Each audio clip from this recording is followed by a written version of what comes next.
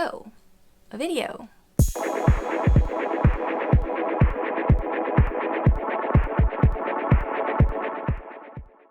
Hello internet people and welcome. What is this? Is my forehead so shiny? Welcome back to my channel. My name is V and this channel is Critical Healing Moment, and it's a channel where I offer my radical reflections on social work. The tagline is a little bit different today because I'm rebranding, and I just wanted to give you all a little bit of an update on what I've been doing, what I've been up to, and maybe a little bit about what this channel is going to be like in the future.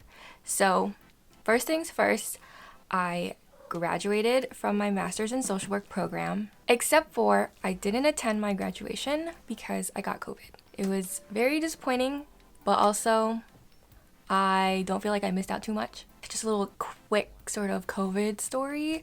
I didn't have that many symptoms, but it was definitely like unpleasant.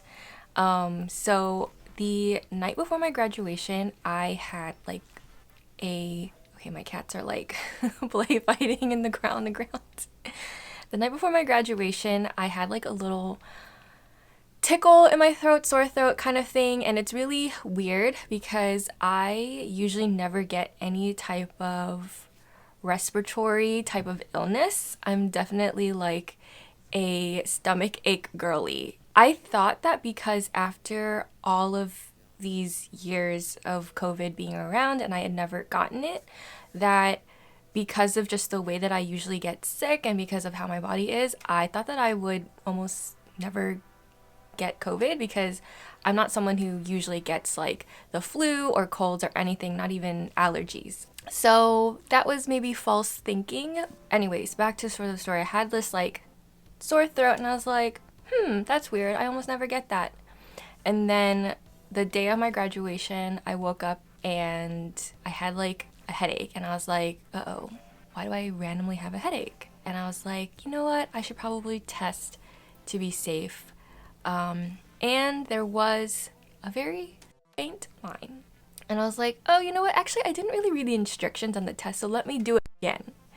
And I read the instructions that time, and it was still a very little faint line. And so I was positive. And I went on this little like spiral of like, did I do this wrong? Is this like a false positive?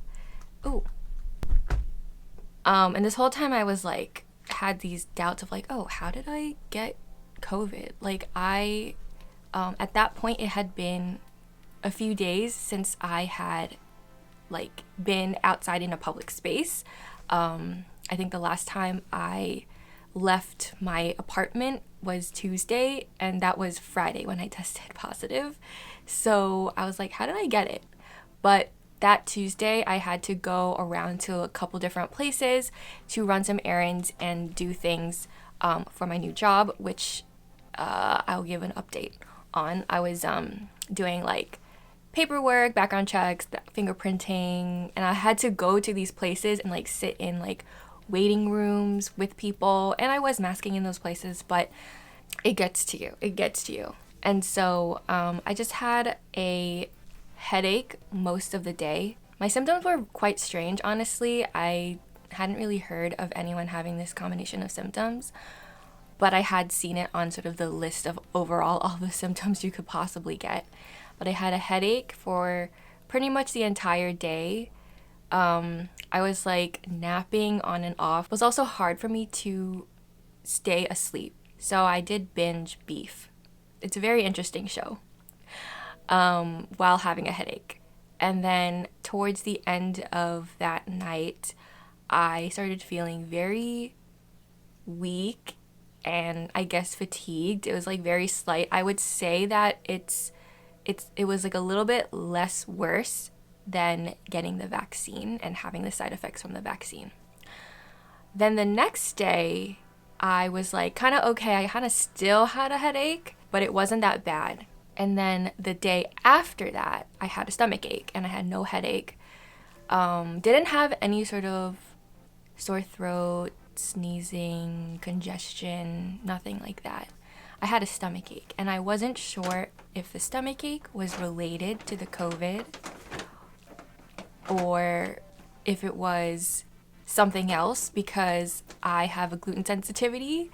So I could have had a cross-contamination by eating food out, because I did, that day where I had to go out and do a lot of things, I did eat lunch out, and I might have had cross-contamination with gluten. I don't get my symptoms immediately.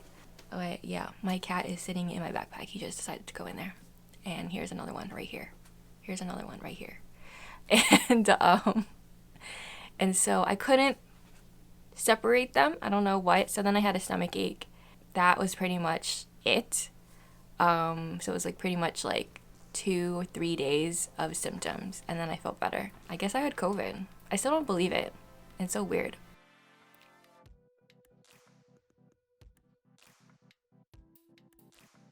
That means that I missed my graduation, but I'm going to, I have some tentative plans to take photos so that I can just have something to commemorate the whole tumultuous experience of getting my master's, just some proof. And I did get my diploma yesterday, and I'm not going to show it to you because you don't need to know where I went to school. So as of now, I am also not working my part-time job that I had been working for over 2 years while I was in school and also in the middle of my 2 programs. I just needed something to do. I actually quit that job the week before my graduation. So I'm currently not working, but I do have my new job, my new first social work job lined up for July.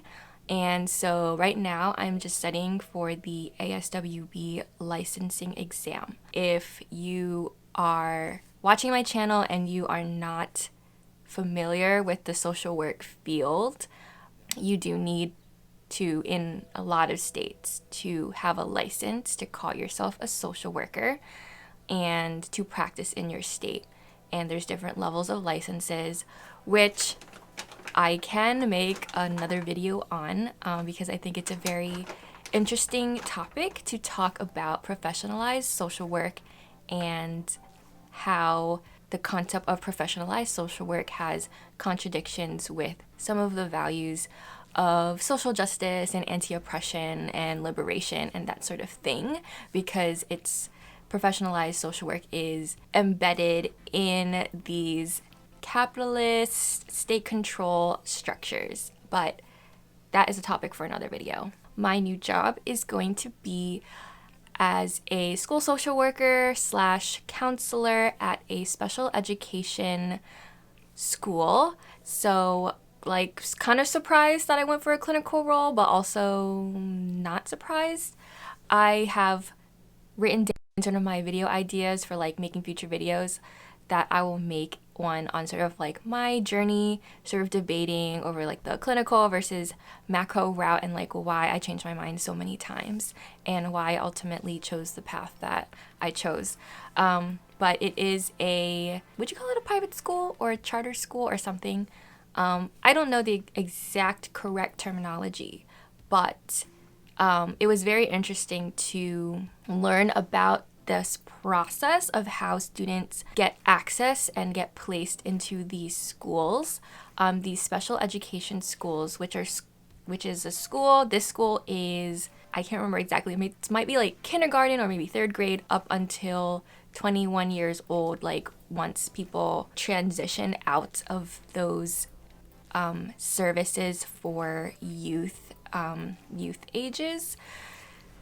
And it was very interesting to learn about the whole process because I applied to a couple different schools in this category because my sort of main interest these days is disability justice and accessibility. So it was very fascinating to learn about because I had worked with, in my previous placements, students with IEPs or 504 plans, which come out of the IDEA Act and the Americans with Disabilities Act. Those are the federal legislative policies that created these systems. And so when students are not able to have their needs met in public schools through these policies, their parents and their teams, like their case managers, are able to advocate for them to attend these more quote-unquote restrictive environments where they're in a non-general education populations, meaning that everyone in the school has some sort of special education plan. There's different kinds of schools, and the ways that I kind of learned how they all function in sort of the nonprofit system and how they make money and all of this stuff. Just learning about all of that in the application process was very fascinating and very interesting, and also very disheartening at times, because I definitely realized how my personal values were not compatible with certain kinds of structures. I might make another video on sort of like things to consider when you're looking for your first social work job as sort of like a radical social worker. But definitely like looking into like the overall organizational structure, how they're funded, where they get their funding, where they get their clients, and how they sort of run things, and whether it's like very corporate, because I definitely applied to a place that seemed very corporate versus where I'm going to be is more of sort of this just nonprofit, and it has a faith-based background, which pros and cons as well, you know. There's going to be no perfect setting. I didn't mean to talk that much about the new job, but I am excited to start in July, which is as I'm filming this video in like 3 weeks. So I'm currently kind of hanging out, not doing much. I'm studying for the exam, which when I first thought of it, I was like, I had not taken like a standardized exam like that since the SAT probably. And I took the SAT in like 2010. So over 10 years. In my undergrad, I was a business major, so that major notoriously does not have many exams. And social work also doesn't have many exams within grad school. It's mostly like papers and projects. So it's definitely a different kind of way of learning. And I have my gripes with education sometimes, and I do plan on making a video on my experiences in education throughout my life and what I've sort of, where I kind of stand on it now, and like how I feel like it has served me and how it has not served me, and how the ways in which educational institutions function like do not serve a lot of different people with different styles of learning, neurodiversity, just doesn't like meet a lot of needs for people, for students. So I hate memorizing things. That's not how I learn best. I learn best while doing things and like living out in the world. And that's kind of why I make these videos, sort of document my learning, because I don't learn by getting tested on it. I don't learn by even reading about it often. It's applying concepts that I really internalize things. So that is all to say, I'm now studying, and I was like, do I even know how to study? I don't know. I don't know if I'm studying correctly. But I might do a video on that as well.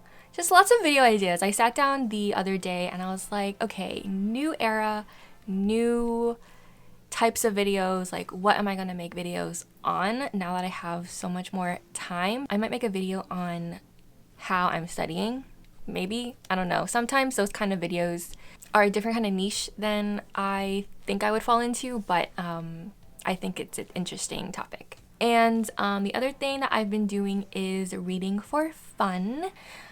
I like spontaneously bought like a few books. I try not to spend so much money on extra things, especially books, because I don't read them despite all of these books in my background. I think a lot of them I haven't read, but a lot of them I thrifted or people gave to me.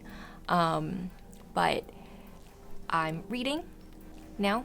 I have bought Rest is Resistance, which I haven't started reading that one yet, but it definitely feels like applicable to me in this moment because I'm not working and like I need to deprogram my brain from like needing to be productive all the time and needing to do something and feeling bad when I spend hours playing The Sims. I'm just sort of hanging out. Hopefully I can explore different like events happening in the summer where I live, go hiking. I have a couple travel plans, but they're not until later on, like after I even start my job. So I want to try to just appreciate my surroundings and not have this desire to go out like to a faraway place to appreciate traveling. I was talking to some friends about going to Europe this summer, but that kind of fell through, and it's like, you know what, I can just explore my own backyard and see what's out here. I've also been starting back with yoga. There is this group where I live that offers free classes that are outside, which is great because I still have some nervousness about doing anything inside with too many people. Like I considered joining a gym because I feel like I need to just get back into the practice of taking care of my body, but I'm hesitant to because of just being inside with people.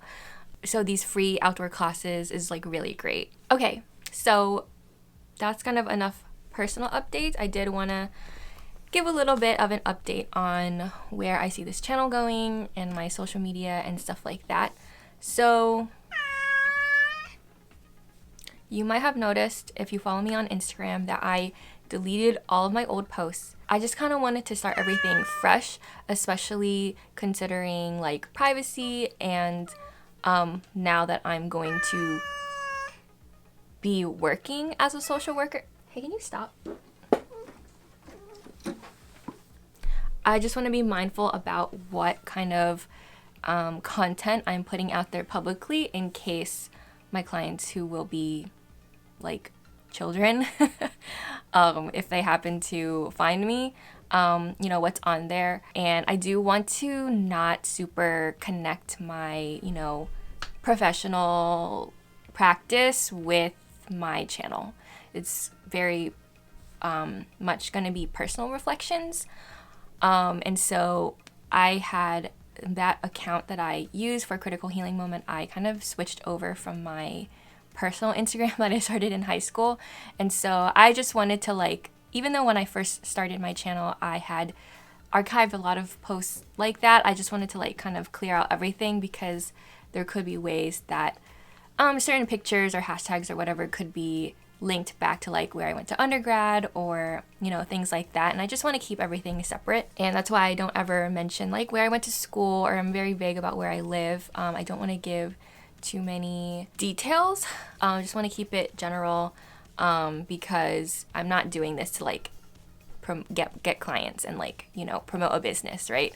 This is more of like a personal journal, personal sort of exploration, and just like edutainment for the public. So I don't want that to be linked to my professional practice. So I archived everything, and then I also unfollowed most people. And by most people, I mean like getting the people that I followed from like 600-700 down to like less than 50. There were so many therapists and counselors I was following on Instagram back when I had a different idea on what this channel was going to be, and just sort of following people in that space when like Instagram therapists were really blowing up. And I thought that that's kind of the space that I wanted to be in, that I followed a lot of people to kind of sort of keep tabs on the industry and just understand like how people became successful in the space, that my Instagram page became inundated with all of that stuff. And I came to realize that sort of my thinking about like what I wanted this to be was like an Instagram therapist or a social worker, but like with a radical lens. And I found that a lot of that sort of content that already exists out there was decontextualizing a lot of clinical work from social justice. They could give some lip service to, DEI, diversity, inclusion, and social justice and Black Lives Matter, but they ultimately were not critiquing the entire system. And I realized that I didn't want to consume that kind of content because it felt like every time I opened my Instagram that it was just like therapy stuff all the time. And I really feel that like we need to stop using therapy lingo in like every part of our lives. I honestly do, because like we're all just like regular people trying to live in this messed up, chaotic world. And like, we don't need to pathologize ourselves all the time. Sometimes when I would look at like self-help articles online and like try to understand my own experiences through that way, I found myself to be pathologizing myself. And I'm like, I never want to pathologize a client, so why would I pathologize myself, So I unfollowed most of those accounts. There are some accounts that I follow that have more of that sort of radical lens that I still follow and keep up with, but I honestly don't even open up that Instagram account to look. It's just to see what's out there, really. So I just want to like be very mindful about who I'm following on Instagram and just like be very minimalistic about it. I also privated some of my videos that I felt like were too personal, too much linking my personal professional experiences to this channel. And I just wanted to clear that slate. And, it's stuff that people connected with and found to be helpful. And I am really glad that it connected with other people. And at the same time, I have, now that I'm years removed from those experiences, I have sort of a different perspective on things. And I'm hoping to make follow-ups on those topics, new videos that kind of have my new sort of lens and new sort of synthesizing of my experiences and how I want to move forward. But when I first made them, I just needed to not feel so alone in my experiences, and that's why they were out there. And I'm glad that people found them helpful and found me because of that.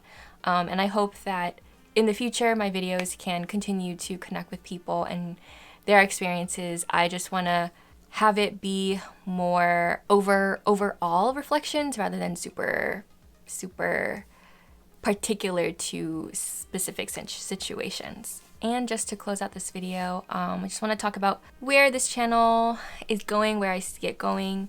And so I'm changing my tagline and what this channel is about to Radical Reflections on Social Work, to reflect what I want this channel to be.